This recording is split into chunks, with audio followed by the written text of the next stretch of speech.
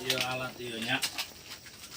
Ya, dipakai ya. bawa. Seperti inilah video penangkapan yang dilakukan jajaran Satreskrim Polres Garut terhadap tersangka pelaku pencurian hewan ternak. Selain menangkap pelaku, petugas pun berhasil mengamankan sejumlah barang bukti yang digunakan untuk melancarkan aksinya. Setelah dilakukan pengembangan, petugas pun meringkis 6 orang komplotan lainnya di tempat berbeda. Di hadapan petugas, para tersangka mengaku pencurian dilakukan dengan cara mengambil hewan ternak yang sengaja dilepas liarkan oleh pemiliknya. Setelah dicuri, mereka langsung menyembelih dan menjualnya ke penadah daging di kawasan Kabupaten Bandung.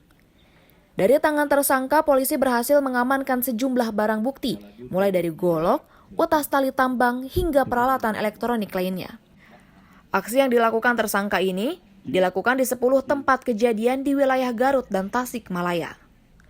Kapolsek Banjarwangi Ibtu Amiruddin Latif mengatakan, dari ketujuh tersangka, 2 diantaranya terpaksa harus ditembak karena sebagai otak pelaku kejahatan. Aksi yang dilakukan para tersangka sudah dilakukan sejak 2 tahun lalu dengan cara memotong hewan kerbau sebanyak 15 hingga 20 ekor. Bahkan dalam satu malam, komplotan ini bisa menyelesaikan 2 ekor kerbau. Atas perbuatannya, para tersangka dijerat dengan pasal 363 dengan ancaman hukuman hingga 9 tahun penjara dan 1 orang tersangka yang berperan sebagai otak pelaku dikenakan pasal berlapis. Motifnya dijual langsung ke wilayah Bandung. Jadi biasa motif kebutuhan.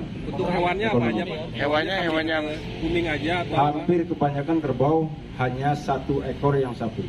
berapa jumlahnya? Cukup lama, berapa kerbau dan yang disembelih kurang lebih? Kalau kurang lebih kerbau sekitar mungkin dari 11 kasus aja itu sekitar hampir 15 sampai 20.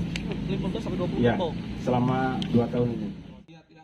Ridwan Mustopa, Kompas TV, Garut, Jawa Barat. Bukan hanya sebagai penjagal hewan.